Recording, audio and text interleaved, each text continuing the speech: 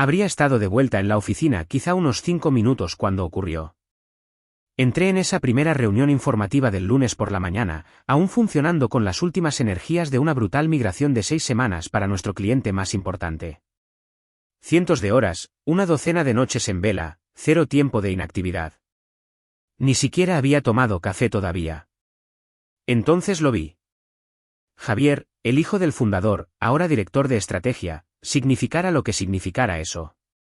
Estaba de pie a la cabecera de la mesa de conferencias, con las mangas remangadas y el cuello abierto como un mi rey de las finanzas en una nueva empresa proveedora, y en su mano, mi informe de implementación. Lo sostenía en alto como si estuviera subastando basura. A esto es a lo que llamas documentación, dijo muy lento, como si yo fuera duro de oído. Parece algo que mi sobrino preparó en clase de informática. Nadie se rió. Ni una sola persona esbozó una sonrisa. Ni los desarrolladores junior, ni los de producto, ni siquiera Sofía, que se reía de todo. El silencio golpeó más fuerte que cualquier insulto. No me inmuté, solo lo miré fijamente, con la mandíbula apretada y las manos todavía en los bolsillos de mi sudadera. Pero por dentro, quería estamparlo contra la pizarra. 4 años. Ese es el tiempo que llevaba allí. 4 años construyendo este lugar desde cero. La arquitectura del sistema principal, la automatización de operaciones de desarrollo, los protocolos de recuperación de desastres, incluso los primeros contratos con clientes. Yo había construido el motor mientras el fundador todavía estaba presentando su idea a inversores ángeles desde su garaje. Ahora, aquí llegaba este tipo, Javier, recién salido de su maestría en administración de empresas, que no había escrito una línea de código en su vida, parado ahí como si dirigiera el lugar, hablándome con desprecio delante de todo el equipo, presumiendo de ese apellido como si viniera con un doctorado en ingeniería. No dije ni una palabra en esa reunión. Simplemente ocupé mi silla, abrí mi portátil y actué como si su pequeño berrinche fuera ruido de fondo. Pero el ambiente en la sala se sintió diferente después de eso. La gente me observaba más de cerca. Algunos parecían apenados, otros simplemente apartaban la mirada. Más tarde ese día, Sofía me encontró en el pasillo. Es intenso, susurró, como si estuviéramos de vuelta en la prepa hablando de un nuevo director. Solo me encogí de hombros, pero mis nudillos estaban blancos alrededor de mi termo, y podía sentir el pulso en mis dientes. No me sorprendió que apareciera. El hijo del fundador siempre consigue un puesto tarde o temprano. Lo que me golpeó fue lo rápido que entró en acción. Con todo el arsenal.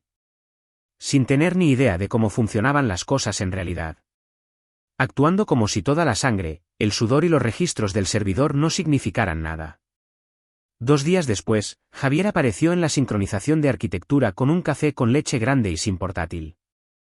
Se sentó justo a mi lado como si ese fuera su sitio. No dijo mucho al principio, solo asentía mientras repasábamos nuestro calendario de implementaciones para el tercer trimestre. Pero cuando mencioné la refactorización de la contenerización que llevábamos planeando 6 meses, levantó una mano como si estuviéramos en el salón. ¿Por qué seguimos priorizando la limpieza del sistema heredado?, preguntó. ¿No sería mejor empezar de cero? Nueva pila tecnológica, nueva mentalidad. Ese fue el primer disparo de advertencia. Después de eso, empezó a aparecer en todo. Revisiones de la hoja de ruta, depuración del trabajo pendiente, incluso en las reuniones diarias de pie. Se apoyaba en la pared como un visionario, con los brazos cruzados, soltando palabras como sinergia y velocidad, sin tener ni idea de lo que significaban en el código. Y luego dejó de llamarme por mi nombre. Empezó a llamarme el proveedor, justo delante del equipo. ¿Podemos hablar con el proveedor después de esto? Oh, dejad que el proveedor se encargue del despliegue. Ese es su carril. Como si yo fuera un contratista externo, no el tipo que literalmente había diseñado la arquitectura de la plataforma. No era solo insultante, era estratégico. Me estaba apartando pieza por pieza, esperando que no me diera cuenta hasta que el suelo desapareciera. No se detuvo ahí. Trajo a su propia gente. El primero fue este tipo, Rodrigo. Pelo engominado, unas zapatillas Yeezy. No paraba de hablar de su negocio secundario de criptomonedas. Javier hizo un gran espectáculo al presentarlo como un incendiario de pila completa. Dijo que inyectaría un poco de empuje de la generación Z en el proceso. 3 días después, Rodrigo subió un script defectuoso directamente a producción durante el horario comercial. Tumbó al usuario cero de la zona del Bajío. Teníamos hospitales en ese clúster, y trabajé toda la noche, 3 noches seguidas, parcheando, probando, volviendo a implementar. Ni siquiera registré las horas. Y cuando todo estuvo estable, Javier publicó un mensaje pasivo-agresivo en Slack sobre dolores de crecimiento, y lo afortunados que éramos de tener talento joven dispuesto a moverse rápido. No mencionó mi nombre ni una sola vez. Estaba reescribiendo la narrativa justo debajo de mí. Todas esas largas noches, todas las lecciones brutales de las caídas del sistema en el mundo real, borradas. Ese viernes, dio una charla a toda la empresa por Zoom. Diapositivas, declaraciones de visión, todo el desfile. Necesitamos reconstruir la plataforma desde cero, dijo, con una energía más joven, una base más ágil. Miré la pantalla, con los puños apretados bajo la mesa. ¿Reconstruir desde cero usando qué? ¿Las tonterías codificadas en Discord de Rodrigo? No quería una pila tecnológica mejor. Quería su pila tecnológica. Algo que pudiera reclamar como propio. Algo de lo que pudiera adueñarse. Sonreí en la reunión, asentí, no discutí. Pero algo hizo clic en ese momento. Y no de una manera dramática de bombilla encendida. Fue más frío que eso, más agudo. Lo vi tal como era. No estaba tratando de mejorar el sistema. Lo estaba destripando. Arrancando mi nombre de todo lo que construí. Llamándolo legado, para poder llevarse el mérito de un giro estratégico. Llamándome proveedor, para que no pareciera un robo. Eso no era arrogancia. Era un robo. Disfrazado con palabras de moda de estrategia y la propaganda de las nuevas empresas. Así que observé, documenté. Dejé que siguiera pensando que era más listo que yo. El correo electrónico llegó a mi bandeja de entrada alrededor de las 4:15 de la tarde de un jueves. Asunto, presentación para inversores V3. Final. Venía de una jefa de producto junior llamada Ximena. Una chica inteligente, recién salida del TEC de Monterrey. Probablemente quería poner en copia a otra persona. Estaba esperando a que se compilara una construcción, aburrido hasta la médula, así que hice clic. Primera diapositiva, visión de la empresa, lo típico. Segunda diapositiva, resumen de la plataforma. Ahí fue cuando se me disparó el pulso. Los diagramas eran míos. No inspirados en los míos. Idénticos a los que había creado en Lucidchart 2 años atrás. La paleta de colores, el grosor de las líneas, incluso las malditas erratas. Diapositiva tras diapositiva, seguía y seguía. Arquitectura, mía. Esquema de datos, mío. Integraciones en la nube, mías. Pero en ninguna parte estaba mi nombre. Ni un crédito, ni, y arquitecto principal, ni, fundador de la plataforma, ni, diseñado por. Solo frases vagas como, innovación interna, y, sistemas propietarios, pegadas sobre capturas de pantalla de mi sistema principal. Incluso sacaron una foto del antiguo tablero de preparación que guardaba en nuestro viejo Trello, el que nunca compartí fuera del equipo de desarrollo principal. Hice clic en archivo, fui a historial de versiones. Última edición, Javier Garza, hace 2 días. Cerré la pestaña y me quedé sentado un segundo, mirando mi monitor, con las manos todavía en el ratón. Mi construcción terminó, ni siquiera la revisé. Me fui a casa esa noche y no encendí la televisión. No me duché. Ni siquiera me quité los zapatos. Solo me senté en la oscuridad con mi portátil y un vaso de refresco sin gas de hacía 2 noches. Empecé a investigar. No por pánico, por instinto. Copias de seguridad, correos electrónicos, carpetas de borradores, registros de GitHub. Profundicé. Discos duros antiguos, archivos sin conexión, memorias USB. Estaba todo ahí, solo que enterrado bajo años de actualizaciones y desorden de archivos. Y entonces encontré la carpeta, GarageStack. Dentro había un PDF, registro de infraestructura marzo 2020, PDF. Lo abrí. Mis ojos se posaron en el encabezado y supe que los tenía. Instituto Mexicano de la Propiedad Industrial. Fecha de registro, 1 de marzo de 2020. Mi nombre, mi dirección, mi plataforma etiquetada como pila de infraestructura del creador original. Firmado y con sello de tiempo. Sin cofundador, sin cofirmante, sin Javier. Esto no era un boceto en una servilleta o una idea que murmuré en una reunión de equipo. Era un documento legalmente registrado antes de la constitución de la empresa. Antes de que tuviéramos un nombre, antes de que existiera siquiera la nómina. Mi nombre, propietario único. Me recliné en mi silla, con la pantalla aún brillando en la oscuridad. No sentí alivio. No sentí ira. Solo certeza. No robaron una idea vaga. Secuestraron el motor. Volví a revisar la presentación. Empecé a contar, diapositiva por diapositiva, cuántas veces Javier había vendido mi trabajo como si fuera suyo. Para la diapositiva 19, había dejado de contar. No solo estaba reempaquetando la pila tecnológica. Me estaba borrando por completo, reescribiendo la historia línea por línea para una sala llena de inversores que no tenían ni idea de lo que estaban viendo. Serví otro vaso de lo que fuera que había en la botella a mi lado. En ese momento, no me importaba si era tequila o salsa Maggi. Luego abrí un nuevo documento. Título: creen que lo he olvidado. Debajo, una línea en rojo: tú lo registraste. Es tuyo. Empieza a actuar como tal. No sabía cuál era el siguiente movimiento. Todavía no. Pero sabía esto: no iba a dejar que Javier me eliminara de mi propio código base. Me quedé mirando esa línea roja en mi pantalla hasta que me ardieron los ojos. Y cuanto más la miraba, más empezaba a colarse una pequeña y estúpida duda. Tal vez sí firmé algo. Tal vez olvidé algún documento inicial.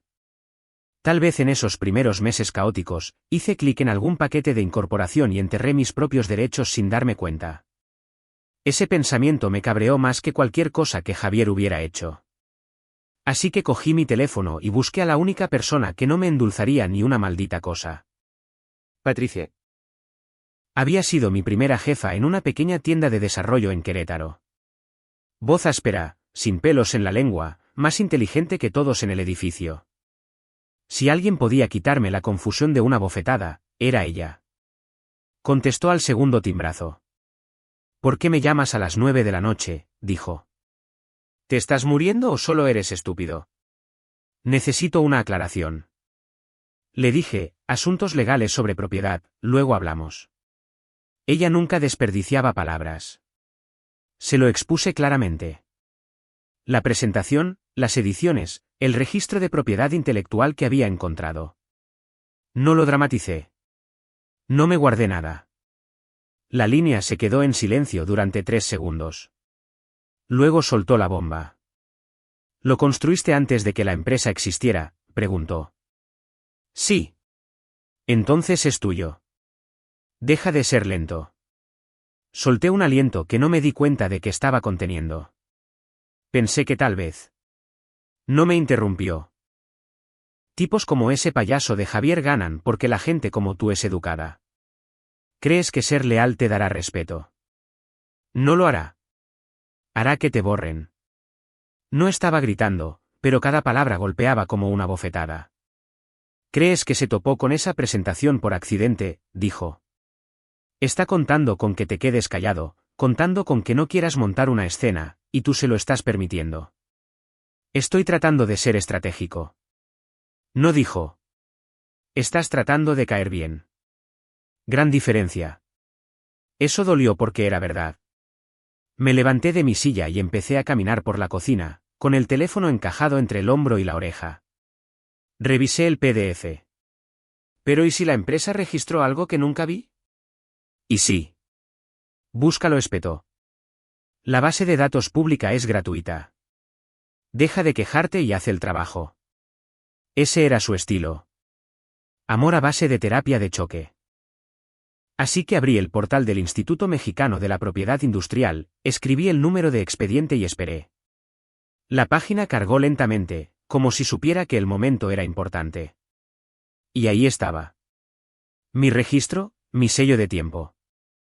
0 transferencias, 0 renuncias, 0 cesiones a la empresa. Nada actualizado desde la presentación original. Intacto, no reclamado, mío. No me sentí triunfante. Me sentí firme, anclado, como si la habitación finalmente dejara de inclinarse. ¿Lo ves?, preguntó Patricia. Sí, dije. Claro como el agua. Bien. Ahora no me llames hasta que te crezcan agallas. Luego colgó. Me quedé allí solo en mi cocina, con el zumbido del frigorífico detrás de mí, el cursor todavía parpadeando en la página del registro. Cogí la botella de la encimera, serví un trago generoso de whisky en el vaso limpio más cercano y me deslicé en la silla como si estuviera fichando para el turno de noche. Luego abrí mi cuaderno y destapé un rotulador rojo grueso. Escribí una frase en la parte superior de una página nueva: consigue un abogado. La subrayé 3 veces, presionando tan fuerte que la tinta traspasó el papel. Luego cogí mis llaves. Conduje directamente desde mi casa hasta un edificio de oficinas en el centro, del tipo con suelos de mármol y ascensores que no chirriaban. La cita era a las 9 de la mañana, pero llegué temprano, me senté en mi coche y ensayé lo que iba a decir. No importó. En el momento en que conocí a Carlos, él tomó el control como si hubiera estado preparando este caso toda su vida. Era alto, bien afeitado, con un traje gris que probablemente costó más que mi primer coche. Voz tranquila, mirada penetrante, el tipo de persona que no se molestaba en fingir una sonrisa. Nos dimos la mano, nos sentamos en una sala de conferencias con paredes de cristal, y fue directo al grano. ¿No cediste la propiedad intelectual?, preguntó. No. Entonces sigue siendo tuya. Deslizó un formulario sobre la mesa. Presentaremos una confirmación de titularidad. Aparecerá en el registro público en unas 48 horas. Así de simple. Sin drama, sin vacilación. Como si hubiera estado entrando en pánico por algo obvio. Firmé donde me señaló. Lo selló, lo escaneó, lo subió. Cada movimiento nítido, practicado. Cuando terminó, juntó las manos y me miró. Van a oponerse, dijo. No hables con ellos sin mí. No lo haré. Asintió una vez, cerró su carpeta y eso fue todo. Reunión terminada. Tan simple como pulsar un interruptor. De camino a mi coche, sentí una extraña calma apoderarse de mí. No alegría, algo más frío, la sensación de que por fin había dejado de jugar a la defensiva. Las 2 semanas siguientes, me convertí en una máquina. Construí un dossier de la misma manera que construía sistemas: preciso, estratificado, hermético. Saqué confirmaciones de hit de hasta 4 años atrás, incluidas las primeras de la época del garaje. Hice capturas de pantalla de hilos de Slack donde explicaba decisiones de arquitectura que Javier luego presentó como sus innovaciones estratégicas. Desenterré cadenas de correos electrónicos donde el fundador me agradecía por mantener la plataforma viva sin ayuda de nadie. Tomé fotos de pizarras antiguas que todavía guardaba en el cobertizo. Esquemas originales, diagramas de flujo dibujados a mano, el tipo de evidencia cruda que ninguna presentación para inversores podría falsificar. Cada vez que encontraba algo, lo dejaba en una carpeta llamada cronología, con una fecha, una marca de tiempo y una descripción. Sin adornos, sin opiniones, solo pruebas. Mientras tanto, en el trabajo, actuaba con normalidad. Enviaba confirmaciones, me unía a las reuniones diarias de pie, revisaba código, fingía que el pequeño imperio de Javier no se estaba ya resquebrajando. Rodrigo causaba la mayoría de las grietas. Cada noche durante esas 2 semanas, después de fichar mi salida, me iba a casa, me preparaba una bebida fuerte y añadía 3 o 4 elementos más al dossier. Se formaron patrones, las pruebas se acumularon, las fechas coincidían perfectamente. Al final, la carpeta era una fortaleza. Cualquiera podía revisarla y ver exactamente cómo cobró vida la plataforma y quién intentaba reescribir la historia. Carlos me llamó tarde un viernes. Nuevo registro publicado, dijo. Estás oficialmente confirmado como el único propietario. No lo celebré, no le di las gracias, solo dije, bien. Cogí las llaves de la encimera y me dirigí a la oficina. Tenía una cosa más que añadir a la cronología. Acababa de subir un parche al entorno de pruebas. Un pequeño error, nada urgente. Cuando oí pasos retumbando por el pasillo, era Javier. Entró con la cara roja, el teléfono todavía en la mano, como si acabara de terminar una llamada que no había salido como esperaba. La puerta se abrió con tanta fuerza que rebotó en la pared. ¿Quieres explicar esta porquería?, ladró. Ni siquiera levanté la vista. Tendrás que ser más específico. El equipo legal ha señalado tu nombre durante la auditoría. Inconsistencias en la propiedad intelectual. Cuestiones de titularidad. Has estado haciendo registros a nuestras espaldas. Guardé mi confirmación. Con calma, deliberadamente. Sin pestañear. He registrado una confirmación de titularidad con el Instituto Mexicano de la Propiedad Industrial, dije. Porque soy el propietario. Su voz se quebró mientras se acercaba. Usas tiempo de la empresa para... No le interrumpí. Lo registré un sábado usando mi ordenador personal. Nada propietario, nada interno, solo confirmando lo que ya era cierto. Agitó su teléfono como un arma. Estás fastidiando una adquisición, güey.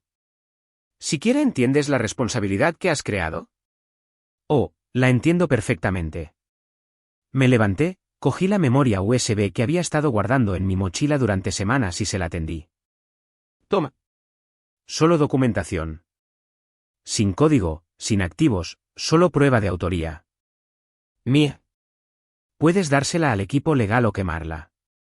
No cambia lo que ya está registrado. Se quedó mirándola como si fuera radiactiva. Estás acabado, siseó. Recursos humanos está en camino. No me inmuté. Bien. Me ahorras el paseo. Dejé la memoria USB sobre el escritorio, cerré mi portátil y me colgué la mochila al hombro. Sin un gran discurso, sin una pausa dramática. Simplemente pasé a su lado y salí por la puerta. La gente lo vio, los ojos me siguieron desde los cubículos y las pantallas, pero nadie dijo una palabra. El ascensor se abrió. Entré, pulsé el botón y dejé que las puertas se cerraran sobre 4 años de construcciones, lanzamientos y limpiezas. Eso fue un miércoles. 2 días después, estaba de vuelta en mi casa, ajustando el dossier, añadiendo algunos registros posteriores a mi salida, enlazando el historial de parches del entorno de pruebas, cuando sonó mi teléfono. Número desconocido, prefijo de Ciudad de México. Hola, ¿es usted nombre?, preguntó la voz. Firme, educada, sin rodeos. Sí. ¿Quién es? Mi nombre es Daniel. Soy un abogado que representa a la firma que evalúa la adquisición. Hemos encontrado algunos documentos relacionados con la titularidad del sistema principal, y esperaba poder hacerle algunas preguntas para aclarar. Me levanté, cogí el cuaderno de mi escritorio y lo abrí por la página titulada Respuestas preparadas para la negociación de la adquisición. Estoy disponible ahora, dije. Seamos específicos. Se rió entre dientes. No de forma grosera, solo sorprendido. Vino preparado. No tiene ni idea. Pasamos los siguientes 20 minutos repasando marcas de tiempo, historial de registros y autoría técnica. Preguntó sobre el origen de los archivos, la evolución de los esquemas, incluso las firmas de las confirmaciones de los primeros desarrollos en el garaje. Respondí con claridad, directamente, sin dudar. Al final de la llamada, dijo, necesitaremos una declaración formal. Ya tengo una redactada. Le dije, ya ha sido revisada. Silencio por un momento. Luego, aprecio su tiempo. Volverá a tener noticias nuestras pronto. Colgué, me recliné en mi silla y solté un lento suspiro. Finalmente se habían dado cuenta del incendio. Javier pensó que me iría con las manos vacías. Olvidó que yo construí la casa. 3 días después de la llamada con los inversores, la adquisición estaba muerta. Sin comunicado, sin nota de prensa, simplemente desaparecida. La entrada del blog que tenían prescrita nunca se publicó. El revuelo en LinkedIn se convirtió en estática. Y cuando revisé la página de liderazgo de la empresa ese viernes, el nombre de Javier se había desvanecido como si nunca hubiera estado allí. Sin despedida, sin mensaje de agradecimiento, solo un borrado contundente. No supe nada de él. Ni un mensaje de texto, ni una llamada. Pero sí recibí un correo electrónico anónimo de uno de los desarrolladores a los que solía mentorizar. Sin asunto, sin firma, solo una línea, están culpando a todos menos a ti. Lo leí 2 veces, luego lo archivé, ni siquiera respondí. Más tarde esa misma tarde, mi teléfono vibró. Número bloqueado. Lo dejé sonar una vez, luego contesté. ¿Es usted nombre? Depende de quien pregunte. Soy Laura, del Departamento Legal Corporativo. Nos gustaría discutir la posibilidad de términos de licencia para su propiedad intelectual de infraestructura. No hablé de inmediato. Solo dejé que el silencio pesara. Luego dije, ¿ubicación? Nos reunimos la semana siguiente en un tranquilo espacio de conferencias alquilado en Santa Fe. Sin logotipos, sin política de oficina, solo yo, una jarra de agua y 2 representantes legales con un montón de papeles ya esperando cuando entré. Parecían cansados, lo que jugaba a mi favor. Hemos preparado una propuesta de licencia estándar, dijo uno de ellos. Léala y díganos dónde podemos llegar a un acuerdo. No toqué el bolígrafo, no lo hojeé. Leí cada palabra línea por línea, lenta y firmemente, con un bolígrafo rojo en la mano. Resalté todo lo que era blando, vago o resbaladizo. Rodeé 5 secciones. Garabateé 2 palabras en el margen de la cláusula de compensación, no es suficiente. Uno de ellos carraspeó. ¿Tiene alguna cifra en mente? El triple. Sin dudar. No parpadearon. No se inmutaron. Solo asintieron y empezaron a teclear. Eso me dijo todo lo que necesitaba saber. No estaban negociando desde una posición de fuerza. Estaban limpiando un desastre.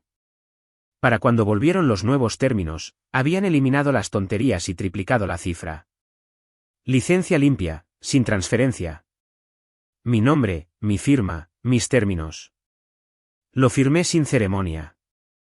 Luego me levanté, deslicé la carpeta sobre la mesa y miré al abogado principal directamente a los ojos.